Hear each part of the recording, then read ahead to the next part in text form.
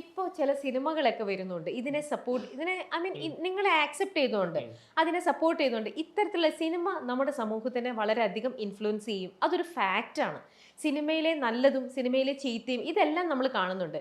മനുഷ്യന്റെ സ്വഭാവം വെച്ച് നല്ലത് നോക്കി ഒരാൾ നല്ലതായിട്ടിരിക്കുന്നത് കാണുമ്പോൾ നല്ലതിനെ ഇത് ആക്സെപ്റ്റ് ചെയ്യുന്നതിനെക്കാട്ടിലും തെറ്റുകൾ കാണുമ്പോൾ തെറ്റിലേക്ക് വഴുതി പോവുക എന്നുള്ളതാണ് മനുഷ്യന്റെ ഒരു ഹ്യൂമൻ ഒരു നേച്ചർ എന്നുള്ളത്. എന്നാൽ ഇത്തരത്തിലുള്ളത് കാണുമ്പോൾ പോലും നിങ്ങൾക്ക് സപ്പോർട്ടീവായിട്ട് കമ്മ്യൂണിറ്റിക്ക് സപ്പോർട്ടീവായിട്ട് ഇനിയുള്ള ഫ്യൂച്ചർ വരും അങ്ങനെ ഒന്നും ഒരിക്കലും തോന്നുന്നില്ലേ? ഒക്കെ പിന്നിലോട്ടോ. ലൈക്ക് ഇപ്പൊ സൂക്ഷ്മദർശിനി എന്നുള്ള മൂവി കണ്ടായിരുന്നു. അതെ, അതില് ലാസ്റ്റ് രണ്ട് ലെസ്ബിയൻ കപ്പിളിനെ ആസിഡ് വെച്ച് കൊല്ലുന്നതാണ്. അപ്പം ആ മൂവിയിലെ അവസാനം അവർ ഉദ്ദേശിക്കുന്ന തീം എന്താണെന്ന് വെച്ച് കഴിഞ്ഞാൽ ഇത് തെറ്റാണ്, അവരെല്ലാം അറസ്റ്റ് ചെയ്ത് പോലീസ് കൊണ്ടുപോകുന്നു എന്നുള്ളതാണ്. പക്ഷെ ഇൻസ്റ്റയിൽ അതെങ്ങനെയാ സെലിബ്രേറ്റ് ചെയ്യപ്പെട്ടതെന്ന് അറിയോ? ആ അമ്മച്ചി പറയുന്നുണ്ട് അവരെ കൊന്നേക്കടാന്ന് പറയുന്നുണ്ട്.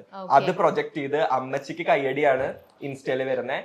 ആൻഡ് ഇതേ ഷോയിൽ ഉണ്ടായിരുന്ന ബിഗ് ബോസിലെ ഒരു കണ്ടസ്റ്റന്റ് വാസ് സെലിബ്രേറ്റിംഗ് ഇറ്റ്. അമ്മച്ചി റോക്സ് എന്ന് പറഞ്ഞ് കമന്റ് ഇട്ട് അതിന്റെ അടിയിൽ സോ ആ മൂവി ഉണ്ടാക്കിയതിന്റെ മെയിൻ ലക്ഷ്യത്തിന്റെ നേരെ ഓപ്പോസിറ്റ് രീതിയിലാണ് ഇപ്പോഴത്തെ ആൾക്കാർ അത് സെലിബ്രേറ്റ്. സോ എന്ത് ചെയ്താലും എനിക്കൊരു ഹോപ്പ് ഇല്ല. തമിഴിലൊരു മൂവി ഈയിടെ ഒരു മൂവി റിലീസ് ചെയ്തു, കാതലിക്ക് നേരമില്ലേ. അതിനകത്ത് ഇങ്ങനെ ഗേ ഇതിലാണ് കാണിക്കുന്നത്. നമ്മുടെ വിനയ് ആണ് അതിൽ ആക്ട് ചെയ്തിരിക്കുന്നത്. പിന്നെ ജയം രവി നമ്മുടെ സീരിയലിലുള്ള ഒരു ആക്ടർ എങ്ങടായിരുന്നില്ലേ? ഇല്ല, ജയം രവി നിത്യമേനനാണ് മെയിൻ ലീഡ് ചെയ്യുന്നത്. അതിനകത്ത് ജയം രവിയുടെ ഫ്രണ്ട് ആയിട്ടാണ് വിനയ് ചെയ്തിരിക്കുന്നത്. അപ്പൊ വിനയ് അതിനകത്തൊക്കെ ഇത് നല്ല രീതിയിൽ അതിന്റെ അവസാനം എൻഡ് ചെയ്തിരിക്കുന്നത്. അതല്ല, വേറൊരു ഇതാ. ഓക്കെ, അപ്പൊ എന്തായാലും സിനിമേനെ അധികം നമ്മുടെ സമൂഹത്തിലേക്ക് നല്ലപോലെ ഇപ്പൊ കാതൽ എന്നുള്ള മൂവി വന്നു. പക്ഷെ അതെത്ര പേര് അതിനെ കുറിച്ചൊരു സോഷ്യൽ മീഡിയയിൽ ഡിസ്കഷൻ ഉണ്ടായിരുന്നു, ഒബ്വിയസ്ലി ഉണ്ടായിരുന്നു. പക്ഷെ സ്റ്റിൽ എല്ലാത്തിന്റെയും നെഗറ്റീവ് വശമാണ് കൂടുതൽ പ്രൊജക്ട് ആവുന്നത്.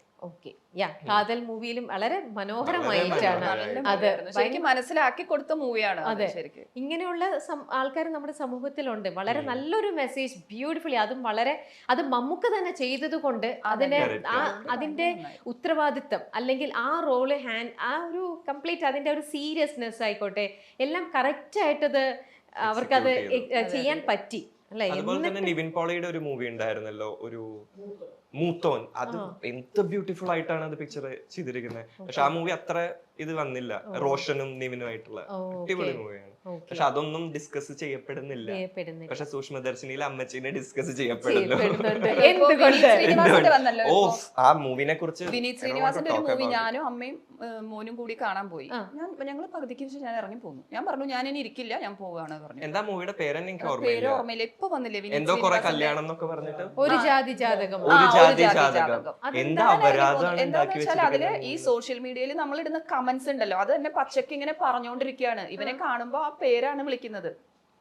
മലയാളത്തിൽ ഒരു പേര് പറയും, ആ പേര് തന്നെ ഇവരിങ്ങനെ റിപ്പീറ്റ് ചെയ്തോണ്ടിരിക്കുകയാണ്. എന്നിട്ട് എന്താ അത്രയും എത്ര മോശം തീമായിരുന്നു എന്നറിയോ? ഞാൻ പറഞ്ഞു ഞാൻ ഇരിക്കില്ല, ഞാൻ പോവാണെന്ന് പറഞ്ഞു. ഞാൻ പോന്നു. എന്റെ അമ്മയ്ക്ക് പോലും വിഷമായി. കോമഡി എന്ന പേരിൽ എന്ത് അരോചകമായിട്ടുള്ളതും അടിച്ചുവിടുക, അതും വിനീത് ശ്രീനിവാസനെ പോലെ ഒരു ആക്ടർ അങ്ങനെ എക്സ്പെക്ട് ചെയ്ത് നമ്മൾ ചെയ്യുന്നില്ല. എത്രയോ നല്ല മൂവീസ് ഉണ്ടാക്കിയിട്ടുള്ളതാണ്. പക്ഷെ ആ ഒരു റെസ്പെക്ട് അവിടെ വിനീത് ശ്രീനിവാസന്റെ മൂവി അല്ല, ഹീസ് ആക്ടിങ്. എന്നാലും ഒരു സ്ക്രിപ്റ്റ് വായിക്കുമ്പോ പിന്നെ പക്ഷെ എല്ലാം പറഞ്ഞിട്ട് അവസാനം കൊണ്ടൊരു മെസ്സേജ് പോലെ ഇതൊന്നും അല്ലാന്നാക്കുന്ന പോലെ, അത് നമ്മുടെ ഇങ്ങനത്തെ ഒരു സമൂഹത്തില് ഒരു കാര്യമില്ല. അവരാരും അവസാനത്തെ മെസ്സേജ് കാണൂല ഇത്രയ്ക്കധികം നെഗറ്റീവ് പറഞ്ഞിട്ട്. അവര് മനസ്സിൽ വിചാരിച്ചിട്ടുണ്ടാവും ഇത് ഒരു മെസ്സേജ് കൊടുക്കാന്ന്. പക്ഷെ അതല്ല, അവരുടെ മനസ്സിൽ ശരിക്കും അതല്ല നടന്നത്. ഒരു ക്യാരക്ടർ ഉണ്ട്, ഒരു പെണ്ണിന്റെ ക്യാരക്ടർ, ഒരു ലെസ്ബിയൻ പോലെ ഒരു ക്യാരക്ടർ ഉണ്ട്. അവരെ കാണിച്ചിരിക്കുന്നത് ഫുൾ കൺഫ്യൂസ്ഡ്. ഇന്ന് വന്ന് പറയുന്നത് എനിക്ക് നിന്നെ ഇഷ്ടമാണ്, നാളെ വന്ന് ആണിന്റെ അടുത്ത് പറയുന്നത് ഇഷ്ടമാണ്, വീണ്ടും വന്ന് പറയുന്നത് എനിക്ക് നിന്നെയാണ് ഇഷ്ടം. അപ്പൊ ഒരു കൺഫ്യൂസ്ഡ് ആയിട്ടും മഴവില്ല് ഇടയ്ക്കിടയ്ക്ക് പുച്ഛിച്ചുകൊണ്ട് പറയുന്നുണ്ട്. മഴവിൽ റെയിൻബോ എന്ന് പറയുന്നത് ആക്ച്വലി ഒരു പ്രൈഡ് ഒരു ഫ്ലാഗ് ആണ്. അതിനെ അവർക്ക് മഴവില്ല് എന്ന് പറഞ്ഞുകൊണ്ട് പുച്ഛിച്ചിട്ട് എന്തിനാ പറയുന്നത് എനിക്ക് മനസ്സിലായിട്ടില്ല. അതും വിനീത് ശ്രീനിവാസനെ പോലെ ഇത്ര വലിയൊരു ആക്ടർ. സോ എല്ലാം കൊണ്ടും അടിപൊളിയാണ്. ഞാൻ അവരുടെ ഒരു ഇൻസ്റ്റാഗ്രാം പേജിൽ ഞാൻ നല്ല കമന്റ്സ് ഇട്ട് കൊടുത്തിട്ടുണ്ടായിരുന്നു. ഓ ചേച്ചി അതിന് കമന്റ് ചെയ്തു? ഞാൻ എന്നെ പിടിച്ചു വെച്ചിരിക്കുകയാണ്. ഞാൻ അതിനു വേണ്ടി ഒരു ഫേക്ക് ഐഡി ഉണ്ടാക്കിയിട്ടുണ്ട്.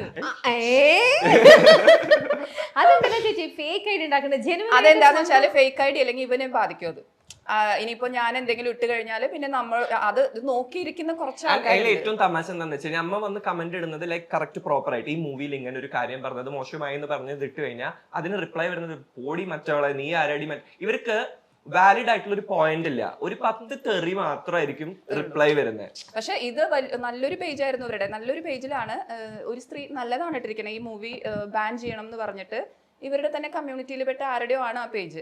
ഞാൻ അതിൽ കയറി അതിനെ സപ്പോർട്ട് ചെയ്ത് വളരെ മനോഹരമായിട്ട് ഇത്ര ഒരു പേജ് എഴുതി കൊടുത്തു ഞാൻ. അപ്പൊ അതിന് 2 ദിവസം ഫൈറ്റ് ആയിരുന്നു അതില്. അതിന്റെ ഒരാള് പിന്നെ ഇടും, അവര് പറയുന്നത് ഇവരൊക്കെ വന്ന എന്താണ് ട്രെയിനിൽ വന്നിട്ട് പൈസ തട്ടിച്ചു കൊണ്ടുപോകുന്ന ആൾക്കാരല്ലേ. അപ്പൊ ഞാൻ പറഞ്ഞു 1976 ട്രെയിനിൽ നിന്ന് നിങ്ങൾ ഇതുവരെ ഇപ്പോഴും ട്രെയിനിൽ അങ്ങനെ ചെയ്യുന്നവരുണ്ട്. അതിന്റെ അർത്ഥം എല്ലാവരും അങ്ങനെയാണെന്നാണോ? മനുഷ്യരിലും നല്ലതും ചീത്തയും ഇല്ലേ? അത് മാത്രല്ല ഇവർക്ക് ഈ കമ്മ്യൂണിറ്റി എന്ന് പറഞ്ഞാൽ ഇവർ ആകെ കൂടി അറിയണത് ട്രെയിനിൽ പൈസ മേടിക്കുന്ന ആളുകൾ, ഇത് മാത്രമേ അറിയുള്ളൂ. അത് വെച്ചിട്ടാണ് ഈ കമന്റ് ഇടുന്നത്. ഞാനും വിട്ടുകൊടുത്തില്ല. 2 ദിവസം കഴിഞ്ഞപ്പോൾ എന്താ മെയിൻ പ്രോബ്ലം എന്ന് വെച്ചാൽ ഈ ട്രെയിനിൽ നിന്ന് പൈസ മേടിക്കുന്ന ആളുകളുടെ നിന്ന് മുന്നോട്ട് വരുന്ന, ഇപ്പൊ ജാൻമോനി തന്നെ വലിയ സെലിബ്രിറ്റി മേക്കപ്പ് ആർട്ടിസ്റ്റിൽ മുന്നോട്ട് വരുന്ന ഇവർക്ക് പിടിക്കുന്നില്ല. അവർക്ക് വേണ്ടത് എന്താ, ട്രെയിനിൽ തന്നെ പിച്ചെടുത്ത് ജീവിക്കണം എന്നുള്ളതിലേക്ക് ആണ് അവര് ഹാപ്പിനെസ്. അങ്ങനെ നെഗറ്റീവ് ആയാലും അവർക്ക് ഹാപ്പി ഉള്ളൂ. അതാണ് നമ്മുടെ ഹിന്ദിയിലാണെങ്കിലും ബാക്കി ലാംഗ്വേജസിലൊക്കെ ആണെങ്കിലും ഇതിന്റെ ആ ഒരു സത്യാവസ്ഥ റിവീൽ ചെയ്തുകൊണ്ട് ആ ഒരു ഫേസിനെ കാണിച്ചുകൊണ്ടുള്ള എത്ര നല്ല മൂവീസ് ഒക്കെയാണ് വരുന്നത്. അങ്ങനെയെങ്കിലും നമ്മുടെ സമൂഹത്തിലെ ആൾക്കാര് അതിനൊന്ന് മനസ്സിലാക്കുക, അതിനൊന്ന് ആക്സെപ്റ്റ് ചെയ്യുക അല്ലേ? ഞാൻ സത്യത്തില് ഒരു ദാണ്ടിയ എന്താണ്ടായിരുന്നു, ദാണ്ടിയന് എന്താ പറയാ, ദാണ്ടിയൊന്നുമില്ലല്ലേ? അപ്പൊ ദാണ്ടിയുടെ അവസരത്തിൽ ഞാൻ നവരാത്രിയുടെ ഫെസ്റ്റിവല് അപ്പൊ പൂനെയിലായിരുന്നു. അപ്പൊ ഞാൻ സത്യത്തില് എന്റെ മകന്റെ കമ്മ്യൂണിറ്റിയെ കുറിച്ച് മനസ്സിലാക്കണം എന്ന് എനിക്ക് എന്റെ മനസ്സിലുണ്ടായിരുന്നു. അതായത് ഇവരുടെ കമ്മ്യൂണിറ്റിയിലെ ഒരു കുട്ടിയായിട്ട് ഞാൻ സംസാരിച്ച് ദാണ്ടിയ നൈറ്റ് ഞാനും മോളും കൂടി സെലിബ്രേറ്റ് ചെയ്യാൻ പോയത് ഇവരുടെ കമ്മ്യൂണിറ്റിയിലാണ്, ഗേ കമ്മ്യൂണിറ്റി മാത്രം. എന്നിട്ട് അവിടെയാണ് ഞാൻ നൈറ്റ് സ്പെൻഡ് ചെയ്ത്. നൈറ്റ് ഫുള്ള് അല്ല, ഒരു 2:30 വരെ അവിടെ ഭയങ്കര ദാണ്ടിയും ഡാൻസും ഒക്കെ ഉണ്ടായിരുന്നു. ഇത്ര സന്തോഷം, ഫുൾ ഇങ്ങനത്തെ കുട്ടികളാണ് ഇവരെല്ലാവരും. ഭയങ്കര ഹാപ്പി ആയിട്ട് അവിടെ ഡാൻസും പാട്ടും. ഞാൻ എവിടെയും സെലിബ്രേറ്റ് ചെയ്യാൻ പോയില്ല, ഞാൻ അവരുടെ ഒപ്പം. ഇവൻ പോലും പിന്നീടാണ് അറിഞ്ഞത്. ഞാൻ അവിടെ പോയി എന്റെ കുട്ടിയുടെ അവസ്ഥ എന്താന്നുള്ളത് എനിക്കറിയണ്ടേ. ഞാൻ അവിടെ പോയി അവരുടെ ഫുള്ള് ദാണ്ടിയ കളിച്ച് അങ്ങനെ സെലിബ്രേറ്റ് ചെയ്ത് പോന്നു ഞാൻ. അത് കഴിഞ്ഞപ്പോൾ ഇവന് ഭയങ്കര ഹാപ്പിയായി. പിന്നെ എല്ലാവരും വന്നിട്ട് അഭിഷേകിന്റെ അമ്മയാണോ എന്ന് ചോദിച്ചിട്ട് എന്നോട് കുറെ പേര് സംസാരിച്ചു. അവർക്ക് റെസ്പെക്റ്റും ഇതൊക്കെ കാണണം. കുറെ പേര് കരയണു. അപ്പൊ നമുക്ക് അവരുടെ വീടുകളിൽ നിന്ന് പുറത്താക്കിയ കുട്ടികളുണ്ട് ഒരുപാട് പേര്. ഇത് അറിഞ്ഞിട്ട് വീട്ടിൽ നിന്ന് മാറ്റി നിർത്തിയത്. അങ്ങനെ ഒരു ഫെസ്റ്റിവലും ഞാൻ ആഘോഷിച്ചു അവിടെ പൂനെയില്. Very lucky Abhishek. ഇങ്ങനെ അണ്ടർസ്റ്റാൻഡ് ചെയ്യണ ഒരു അമ്മ ശരിക്കും ഭയങ്കര ഒരു സപ്പോർട്ടിങ് സിസ്റ്റമാണ്. ലോകത്ത് നമ്മളെ വേറെ ആരും മനസ്സിലാക്കിയില്ലേലും നമ്മളെ ഈ ഭൂമിയിലേക്ക് കൊണ്ടുവന്ന ആ അമ്മ ശരിക്കും ഗ്രേറ്റ് ചേച്ചി, ശരിക്കും സൂപ്പർ. ഞാനും ഇന്നൊരു അമ്മയാണ്. എനിക്കതുകൊണ്ട് ആ അമ്മയുടെ ഫീലിംഗ് അത് എത്രയായാലും അല്ലേ, എനിക്കത് കറക്റ്റായിട്ട് അതിന്റെ ഫീല് കിട്ടുന്നുണ്ട്. സോറി,